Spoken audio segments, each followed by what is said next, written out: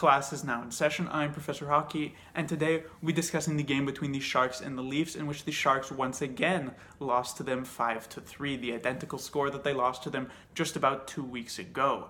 The first period started off not great for the San Jose Sharks. They took an early penalty, and the Leafs, who had Austin Matthews returning in this game, definitely made them pay. A fantastic power play, a fantastic goal scored by John Tavares, of course a player that the Sharks could have gotten in the offseason, but he ended up signing with the Toronto Maple Leafs. The first period then continued another power play goal for the Leafs, but a power play goal in response by the San Jose Sharks, and by the end of it, due to a late goal by, again, John Tavares, the first period ended 3-1 Leafs, and the game, I guess at even strength in the first period, it was played rather evenly. Going into the second period, the Leafs once again got an early power play. Patrick Marleau got his first goal against the San Jose Sharks in his entire career, now putting himself up to 31 goals against all 31 NHL teams, as he also scored against Vegas, I think last year. But then the Sharks were able to answer back a power play goal of their own. Joe Pavelski made it 4-2. Then the third period came another early power play for the Leafs that allowed them to control early in the third period. Then Austin Matthews got his second of the game, putting them up 5-2. Melker Karlsson scored a bit later on in the third period. Too little too late, I would say, as the Sharks got their third goal of the game, but ended up dropping 5-3. However, it's not all bad news for the San Jose Sharks. Personally, I thought the Sharks were the better team at even strength for the majority of this game, which was nice to see. I thought, besides the first period, which was a bit more evenly played at even strength, I thought the Sharks had a lot of great chances in the second and third period, and the main difference in this game was Frederik Andersen, who was absolutely fantastic for the Toronto Maple Leafs for most points of this game. Yeah, he could have had the save on Melker Karlsson right at the end, but that's sort of nitpicking at this point because he made so many great saves for them earlier on in that third period, later on in that second period as well. First is Aaron Dell. Unlike Frederik Andersen, Dell didn't really come up with the massive saves. He's sort of in the exact same position as Martin Jones was when the Sharks lost 2 weeks ago to the Toronto Maple Leafs. He led in 5 goals, and you can't technically pin many of them on him. However, you would have hoped he'd come up again with maybe a couple of big saves. You know, the first Tavares goal, not much of a chance. The second Tavares goal, not much of a chance. The Matthews goal, it was a fantastic shot. So you could maybe say that he should have it, but again, just a perfectly placed shot. The Marleau goal doesn't have much of a chance. It's really only the second Matthews goal, which was sort of tipped in by him, but it didn't look like it changed the angle much. I think Dell went down a bit too early. Maybe if he stays up on his feet, since he's a bit of a shorter goaltender, he's able to make that save. But really, not too much blame goes to Aaron Dell. He had a couple of nice saves as well, made a nice save on a Mitch Marner breakaway. So it wasn't necessarily his fault in this game. But the goaltender lets in 5 goals. That's sort of the same problem that the Sharks had with Martin Jones. The defense does need to be better for sure, but the goaltenders you'd hope could be a bit better than they were, like Frederik Andersen was for the Leafs this game. Next is the Thornton versus Matthews matchup, and I'll start with sort of covering Thornton.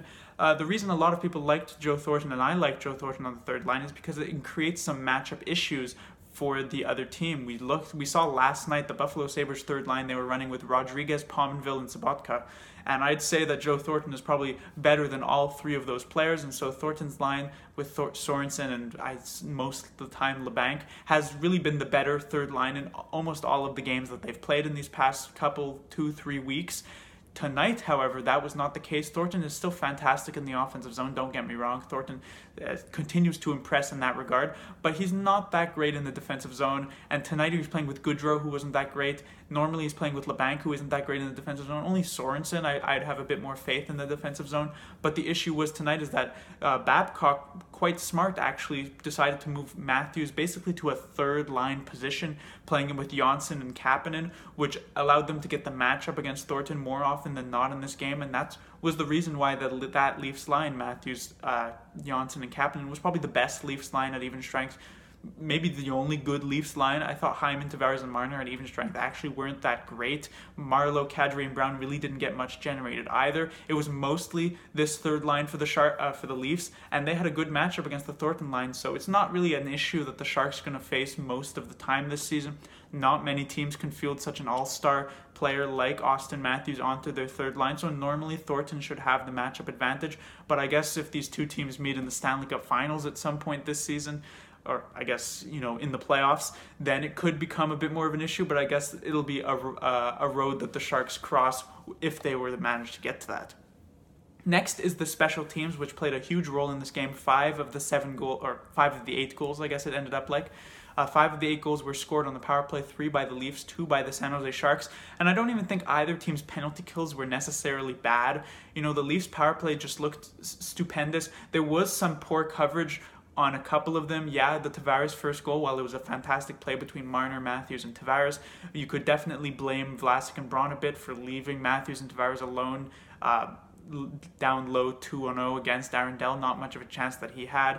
You could also possibly blame Burns and Karlsson not getting very good coverage on the Marleau power play goal. And so you can get some blame, but that Leafs power play was fantastic. But on the other hand, the Sharks power play actually looked quite good. I thought they had some fantastic puck movement when it came to Tomas Hertl's first goal. I thought the power play from Pavelski, it wasn't as great, but they did manage to still score, even if it was only in the last second of the power play. And even the power play they didn't manage to score on was quite good. The main thing that I do want to point out about these power plays was the first power play that the Sharks had, Erik Karlsson stepped on the ice with the first unit, and they had great puck movement. As I said, they managed to score. The second power play, however, for some reason started with Brent Burns. I'm not sure why. You know, with Brent Burns, it wasn't that bad, although they didn't score. However, it confuses me why they wouldn't put Erik Karlsson back on after his unit scored a goal.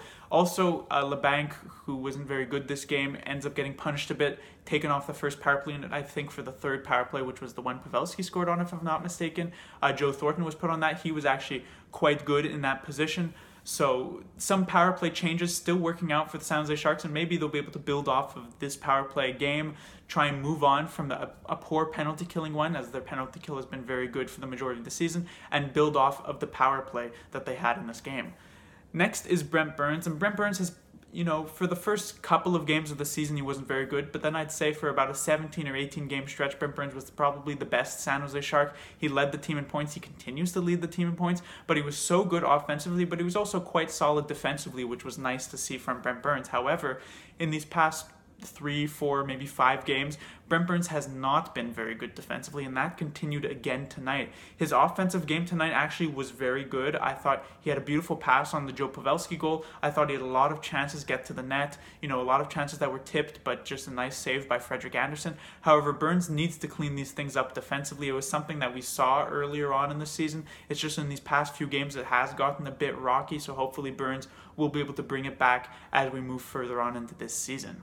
A few other players, Timo Meier was injured this game. I'm not sure what occurred with him, but Kevin Labanc took his spot on the first line. Labanc, however, didn't last very long there. He took 2 bad penalties in this game, and of course against the Toronto Maple Leafs, you don't want to take any penalties, and these were some pretty, not egregious, but you know, undisciplined or poor penalties, just because he gave the puck away, I believe, on both of these plays, and he tried to get it back, ended up tripping his man both times, and so not great for him. Ended up demoted to the fourth line, although he did end up back with Thornton and Sorensen, which looked pretty good later on in the third period.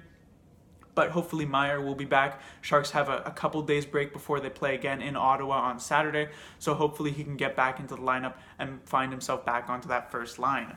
Next, Suomela was the one who stepped in onto Timo Meier, found himself on the fourth line for the start of the game at least, with Melker Karlsson and Radil, and once again, probably, what is this now, 26 games into the season, probably about for the 25th game, and that might be being nice. The fourth line was inexistent for the San Jose Sharks. It just was, again, not very good.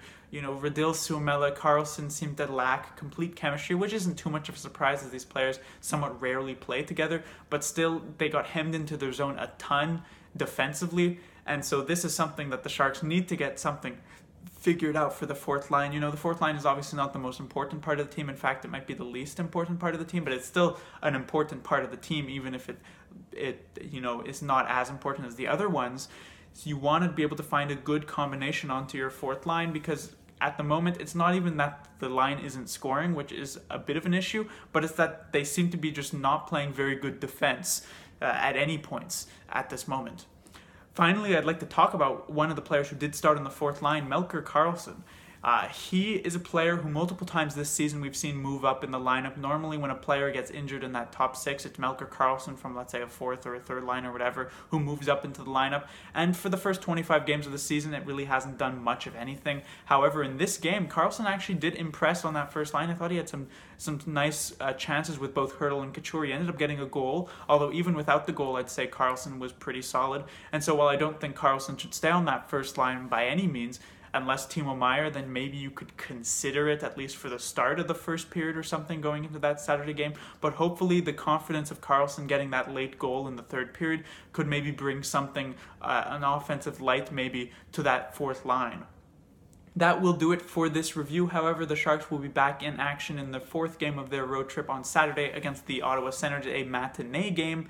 They will face off against a Senators team that hasn't been very good at all defensively this season. They're giving up over 4 goals per game. However, they've been very strong offensively. And right now the Sharks, a team struggling somewhat defensively, struggling somewhat goaltending-wise. They're going to have to be very careful that they don't get lit up by a Senators offense that have been managing to score 3 or 4 goals almost every single game they have played. The Sharks right now are 0-2-1 on a road trip, and so they'll be looking for their first win and maybe their easiest matchup thus far on the road trip, and maybe for the entire road trip coming up this Saturday. The Sharks going to need a very key 2 points there. Class dismissed.